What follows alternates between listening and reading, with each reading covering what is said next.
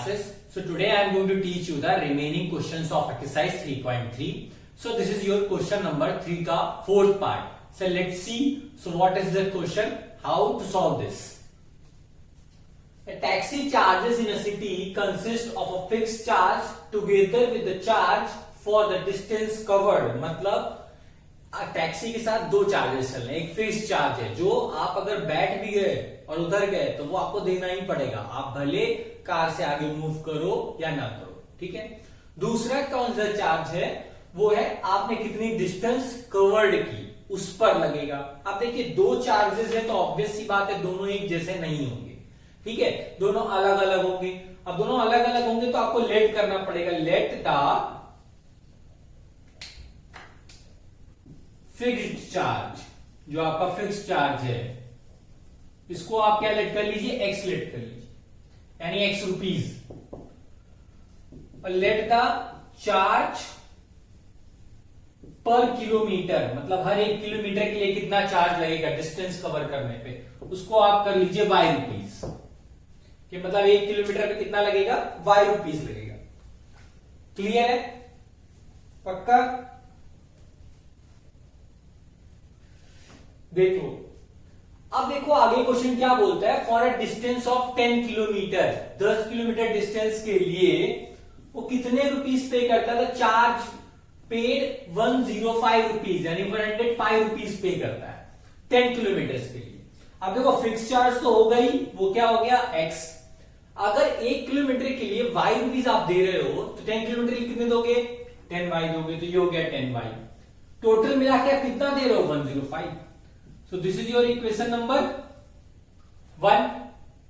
Clear? फिर लिखा है एंड फॉर 15 किलोमीटर. फिर 15 किलोमीटर जर्नी के लिए, इसके लिए 15 किलोमीटर जर्नी के लिए the charge paid is 155 rupees, 155 rupees. मतलब 15 किलोमीटर की अगर आपने जर्नी की तो आपको कितने रुपीज देने पड़ेंगे? 155 रुपए. क्लियर है? तो इसका मतलब देखो फिक्स चार्ज तो एक्स है ही. ठीक है, 1 किलोमीटर के अगर वाई रुपीज लग रहा है 15 किलोमीटर के लिए 15 y. So this is your 15 y is equal to 155. Equation number 2. अब आपके पास दो इक्वेशन है, दो अननोन से सॉल्व हो जाएगा, आराम से लगा सकते सब्स्टिट्यूशन मेथड. फिर क्या बोलता है कि आप पहले ये पता कर लो एक्स और वाई के वैल्यू, फिक्स चार्ज और चार्ज पर किलोमीटर. उसके बाद बोलता है how much does a person have to pay for travelling a distance of 25 kilometer. अगर कोई पर्सन 25 किलोमीटर ट्रेवल करता है तो वो कितना पैसा पे करेगा. तो पहला तुम्हारा काम है एक्स और वाई निकालना, उसके बाद तुम देखोगे 25 किलोमीटर के लिए क्या होगा. चलो मैं इसको रफ कर देता हूं.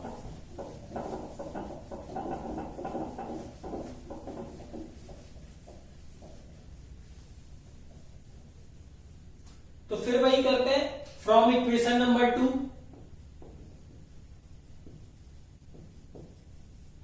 इक्वेशन नंबर 2 लिख लेते हैं.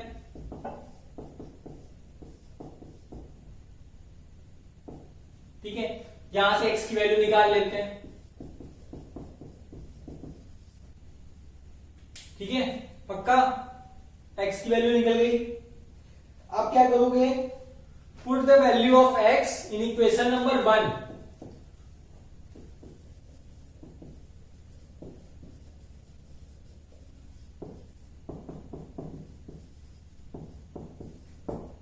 कहां रखोगे? इक्वेशन नंबर 1 में रखोगे. अच्छा, तो चलो रख दो. इक्वेशन नंबर 1 क्या है? देखो ये है x plus 10y is equal to 105.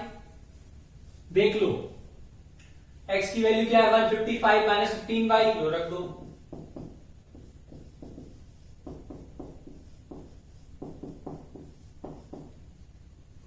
अब भैया देखो इसको ट्रांसपोज करोगे, 155 उधर ट्रांसपोज होगा, और बाकी ये देखो माइनस 15y प्लस 10y क्या मिलेगा? Minus 5y.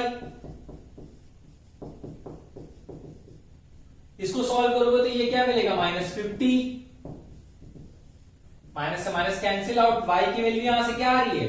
10. देख लो 10 रुपए. देखो कुछ नहीं समझ में आ रहा हो तो आ रहा है.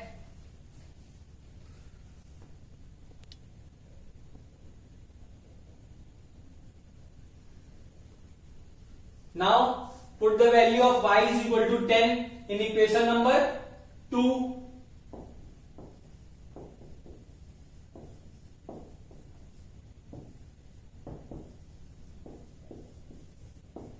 इक्वेशन नंबर 2 क्या दी हुई है? x plus 15y is equal to 155 दी है. तो भैया y की वैल्यू तुमने निकाल ली है 10, तो ये हो गया x plus 15 into 10 is equal to 155. देख लो, दिक्कत हो तो बताओ. पक्का? तो ये हो गया x plus 150 is equal to 155. तो x की वैल्यू यहां से फाइंड आउट करोगे तो क्या मिल जाएगी? 150 को ट्रांसपोज कर दोगे तो x की वैल्यू क्या मिल जाएगी? 5 रुपए. x की वैल्यू क्या मिल जाएगी? 5 मिल जाएगी. क्लियर है? कोई डाउट हो तो बोलो. अच्छा, अभी क्या बोला था? 25 किलोमीटर के लिए क्या बोले? अगर आपने 25 किलोमीटर ट्रेवल किया तो कितना पे करेंगे, यही पूछा था ना. तो क्या दिक्कत है? 25 किलोमीटर के लिए भैया ऑब्वियस सी बात है x तो फिक्स चार्ज लगेगा. 1 किलोमीटर के लिए अगर y लगता है 25 किलोमीटर के लिए 25y. x की वैल्यू पता, y की वैल्यू पता है, रख दो. ये हो गया 5. 25 into 10, this is 5, this is 250. तो टोटल तुम्हारा कितना हो गया? 255 रुपीज. क्लियर है? Any doubt? नहीं होना चाहिए मेरे हिसाब से. बहुत इजी क्वेश्चन था. सिमिलर क्वेश्चन इसमें क्वाड्रेटिक क्वेश्चन में तुमको मिलेगा. क्लियर है? Now move on to the fifth part.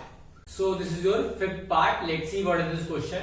A fraction becomes 9/11 if 2 is added to both the numerator and denominator. If 3 is added to both the numerator and denominator, it becomes 5/6. Then what is the fraction? Simply you have to let numerator is x and denominator is y. ठीक है? And according to question, ऐसा question class 8 में आपने पढ़ा है बहुत अच्छे से, थोड़ा सा याद कीजिएगा. 2.6 एक्सरसाइज हुआ करती थी. क्वेश्चन नंबर लास्ट था, वो 7 नंबर क्वेश्चन था.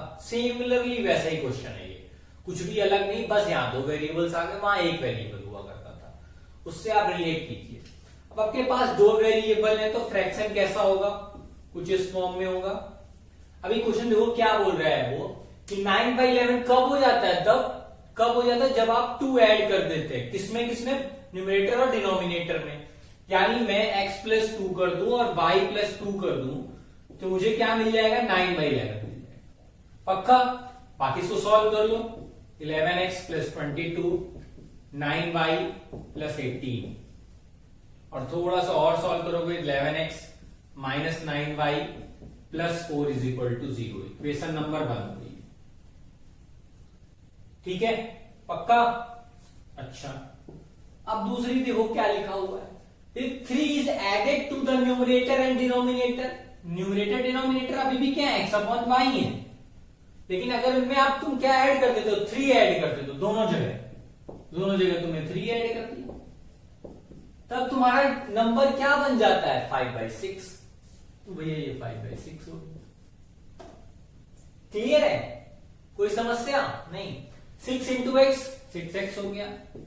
6 इंटू 3 क्या हो गया? 18. 5 into Y 5y. 5 into 3 15. Clear है? थोड़ा इसको सॉल्व करो. तेरा 6x minus 5y plus 3 is equal to 0. Equation number 2. पक्का?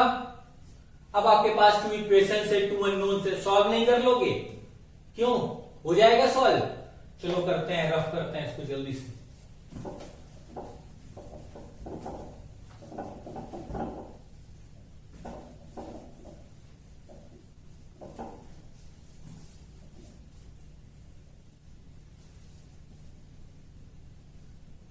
Again from equation number 2 क्या लिखी हुई? Equation 6x minus 5y plus 3 is equal to 0. यही है इक्वेशन. यहां से तुम क्या निकालोगे? x की वैल्यू निकालोगे. तो वो क्या हो जाएगी, कुछ इस टाइप से। भाई इसको ट्रांसपोज कर दिया y और वो वाला, तो x की वैल्यू यहां से निकाल लो।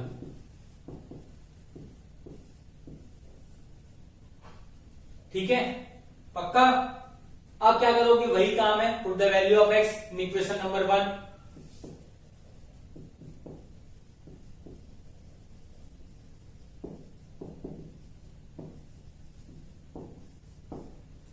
इक्वेशन नंबर 1 क्या है, 11x minus 9y plus 4 is equal to 0। ठीक है, तो आप क्या करो, x की वैल्यू पुट कर दो put 11 into 5y minus 3 divide by 6 minus 9y plus 4 is equal to 0।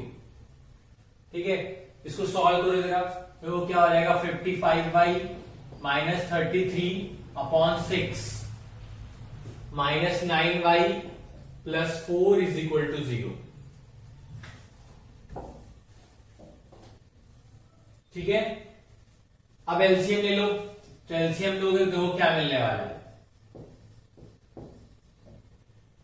LCM लोगे तो ये 6 हो जाएगा, 9 6 क्या हो जाएगा 54 माइनस 54y, 6 4 24, तो 24 is equal to 0।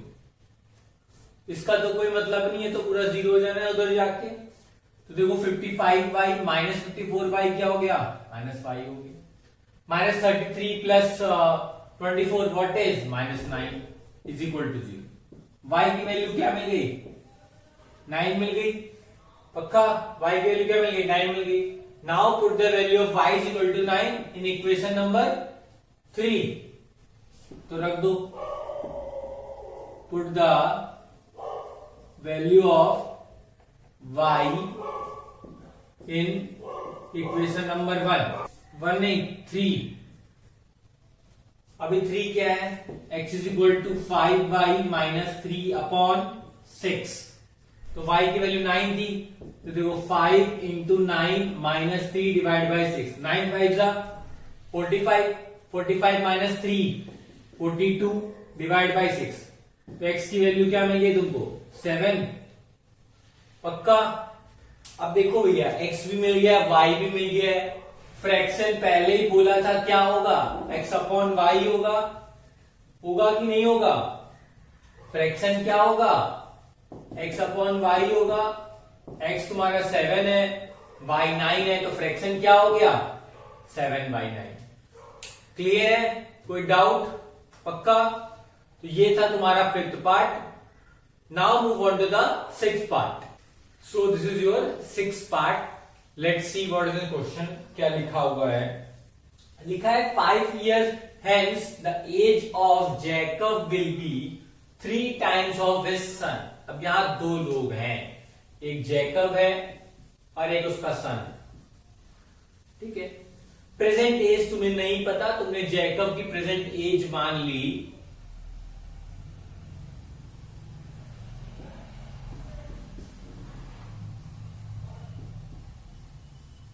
Is x, और सन्स की प्रेजेंट एज मान ली वाई, जैकब सन। ठीक है, पक्का।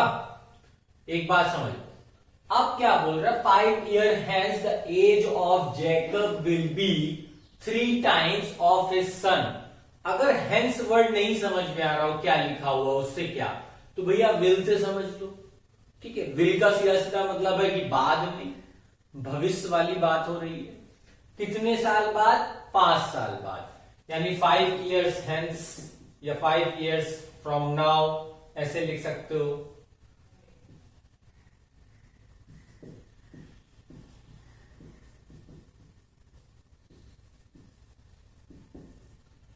एक बात मुझे बताओ, आज तुम अगर 5 years के हो तो नेक्स्ट 5 years बाद कितने के हो जाओगे, 10 के हो जाओगे ना।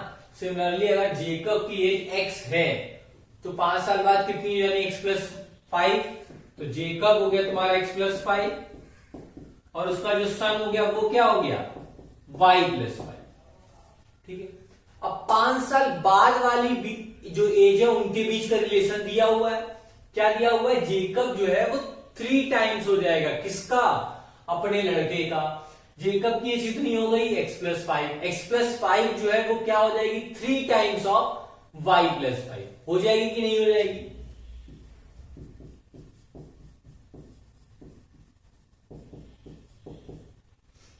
इसको सॉल्व कर लो।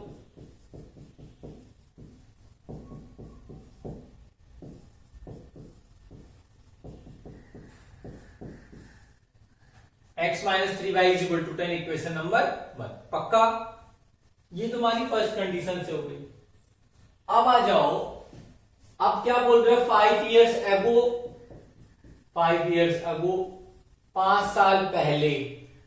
ठीक है, अब एगो वर्ड भी नहीं समझ में आ रहा तो वॉज को देख लो, वॉज लिखा हुआ है, मतलब पीछे की बात हो रही है। Jacob age was 7 times of his son. और ऑब्वियस सी बात है, अगर जेकब की एज आर x है तो 7 साल पहले जेकब की एज क्या होगी, x-7 होगी। उसके लड़के की एज क्या होगी, y-7 होगी। अब इनके बीच का रिलेशन दिया हुआ है ना, सॉरी 5 साल पहले, तो ये 7 नहीं है, 5 होगा। 5 साल पहले तो x-5 और y-5 होगी, सॉरी। ठीक है, अब बोला Jacob age was 7 times of his son, मतलब x-5 की जो वैल्यू होगी वो क्या होगी, 7 टाइम्स होगी, किसके, y-5 के। तुम यहां से ये लिख सकते हो। तो अभी तुम इसे सॉल्व कर लो।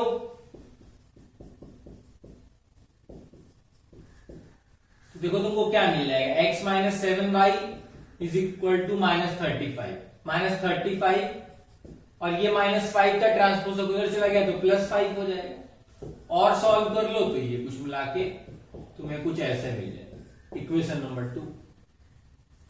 अब 2 इक्वेशन से 2 अननोन से सॉल्व नहीं हो जाएगा, बिल्कुल हो जाएगा। फिर एक काम करो, मैं कहता हूं यहीं से x की वैल्यू निकालते हो, चलो। तो x की वैल्यू तुमको क्या मिल जाएगी, 7y-30। x की वैल्यू तुमको क्या मिल जाएगी, 7y-30। ठीक है, now put the value of x in equation number 1।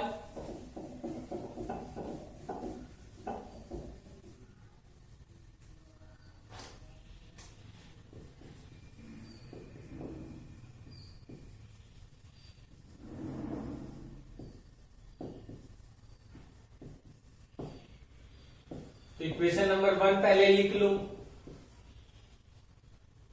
ये हो गया 7y-30 -3y =10। तो 7 - 3y क्या हो गया, 4y हो गया। 4y - 30 =10। तो 4y अब ये ट्रांसपोज हो जाएगा, तो 30 + 10 क्या हो जाएगा, 40 हो जाएगा। तो y की वैल्यू क्या आ जाएगी, यहां से 10 आ जाएगी। यानी सन की एज क्या आ गई, तुमको क्या मिल गई, सन की एज 10 इयर्स। अब इसी तरह तुमको जेकब की एज पता करनी है, तो क्या करोगे, put the value of y in equation number 3। भाई इसको 3 बोलते हो ना तुम लोग, इसको 3 बोल दो। ये लो, put the value of y in equation number 3। अभी इक्वेशन नंबर 3 है क्या, ये तो लिख लो। y की वैल्यू 10 दी हुई है, तो ये लो।